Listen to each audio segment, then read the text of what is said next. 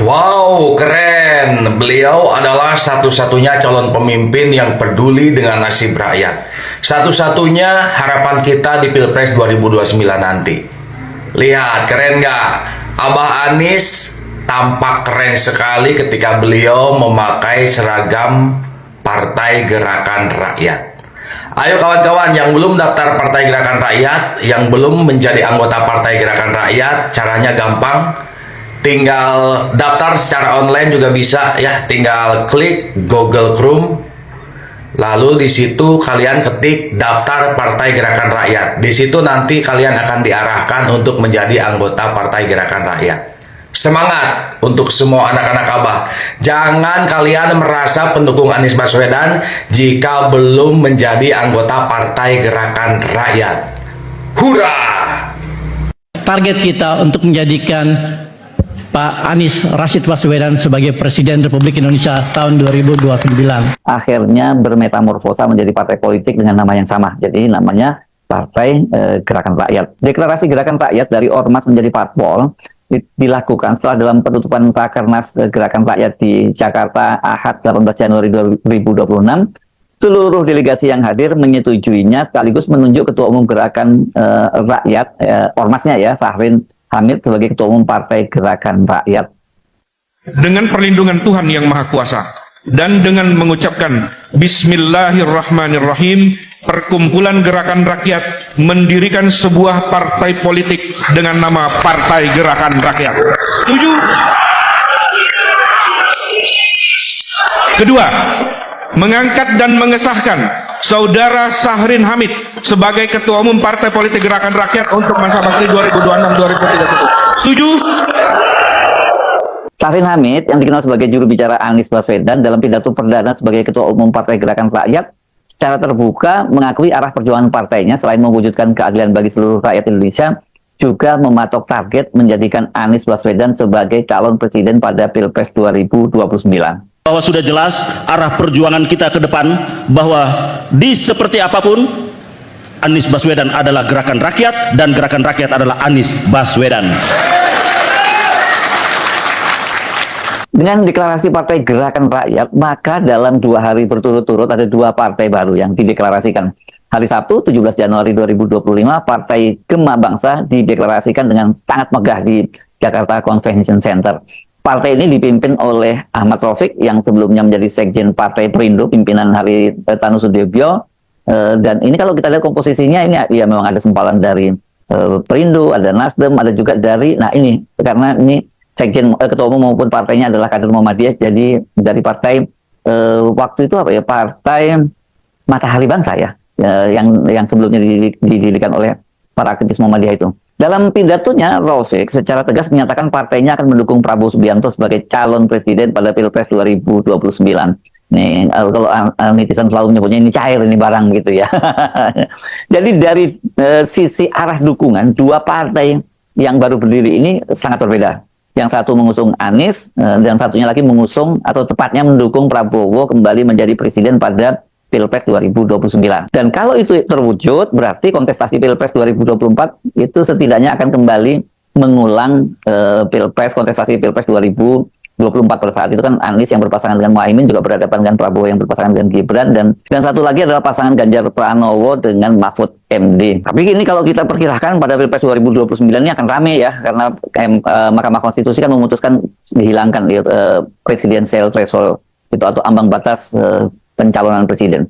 Secara timing sesungguhnya pendirian Partai Gerakan Rakyat ini sangat tepat, apalagi kalau dikaitkan dengan skenario mereka akan mengajukan kembali Anies sebagai calon presiden. Mahkamah Konstitusi seperti saya sebutkan sebelumnya itu telah memutuskan agar pemerintah dan DPR itu menurunkan ambang batas baik parliamentary threshold maupun presidensial threshold.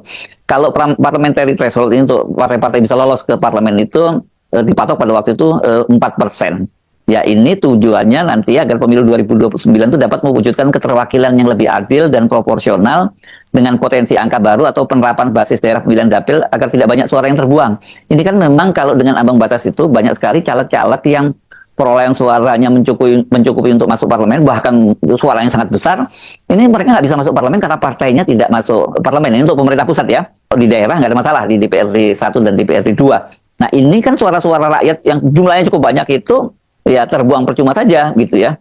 Memang tidak disebutkan berapa besar nanti parliamentary threshold-nya. Yang jelas pokoknya harus di bawah 4%. Ambang batas itu memang membuat sejumlah partai, terutama partai baru, tidak lolos parliamentary threshold ya pada pemilu 2024 yang lalu. Salah satunya adalah Partai Solidaritas Indonesia yang dipimpin oleh Kaisang, anak Jokowi lagi. Udah didukung oleh bapaknya, didukung aparat saat itu, dan itu waktu itu kan karena Jokowi masih menjadi presiden. PSI itu hanya memperoleh suara sekitar 4.260.000 dan itu secara persentase hanya mencapai 2,806%. Ya nggak sampai 3%.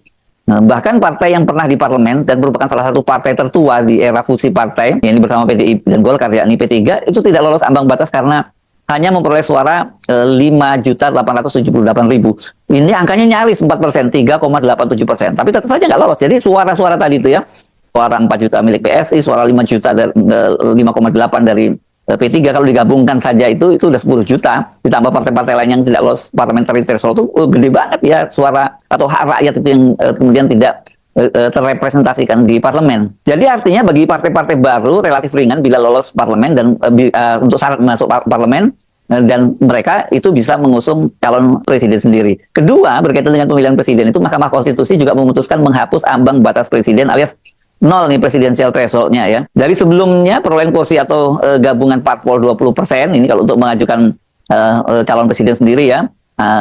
Ini partai yang punya suara 20% bisa maju sendiri seperti PDIP. Ya kalau nggak bergabung itu 20% kursi di parlemen atau perolehan suaranya total itu 25%. Sekarang ini dihapus itu. Jadi dipastikan nanti akan lebih banyak calon presidennya yang maju ya. Belum jelas dengan dihapuskan itu apakah berarti semua partai termasuk partai yang tidak lolos parlemen bisa mengajukan calonnya. Kendati soal parliamentary threshold dan presidensial threshold dibuat ringan, tapi justru masalahnya itu sebenarnya adalah adalah persyaratan mendirikan partai di Indonesia yang sangat-sangat berat ya. Kalau nggak dibantu oleh pemerintah, nggak dibantu oleh KPU dan sebagainya, sebenarnya banyak partai-partai yang tidak lolos untuk persyaratan itu. Bahkan partai-partai lama pun kalau di persyaratannya sangat rigid ditentukan nggak bakal lolos. Nah, soal ini sudah sejak awal disadari oleh Syahrin Hamid. Ini dia. Halo teman-teman, jumpa bersama saya di Politik Dangi. Ya, ini menarik teman-teman.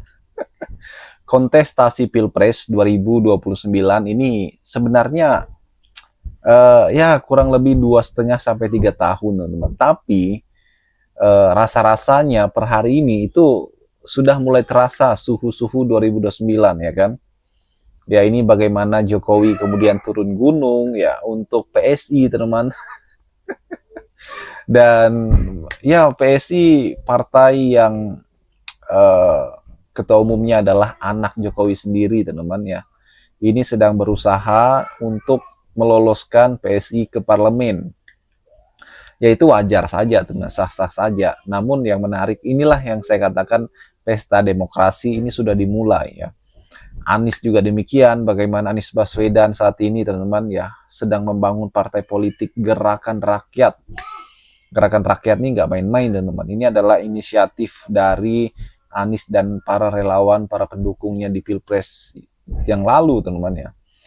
Ini bergejolak bagaimana masyarakat relawan kemudian ingin mendukung Anies 2029 lagi ya. Akhirnya Anies kan membangun sebuah partai politik bersama dengan para relawannya. Menurut saya ini sangat keren ya. Bagaimana partai ini kemudian sangat cepat sekali ya untuk terbentuk, bahkan saat ini verifikasi Kemenkumham teman-teman. Dan kalau kita melihat ya, inilah kecerdasan Anies, bagaimana Anies membuat partai ini teman-teman. Awalnya adalah ormas ya, ini Anies katakan bahwa tidak ada partai politik mana yang tidak tersandra kekuasaan.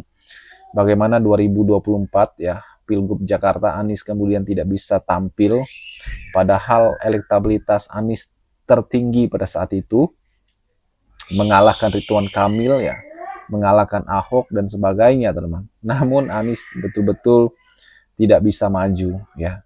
Ini membuktikan bahwa demokrasi kata Anies ya diatur.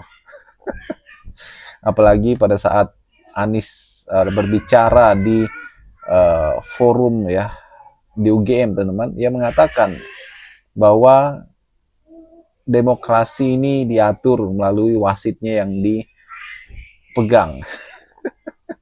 Dan inilah yang dilakukan oleh Anies bagaimana ia saat ini sedang membangun partai politik barunya, teman. Saya yakin bahwa Anies nggak main-main dengan politik saat ini. Beliau terus berjuang ya bersama dengan relawan dan timnya. Bagaimana menurut kalian? Kita diskusi di kolom komentar ya. Sampai jumpa lagi. Salam.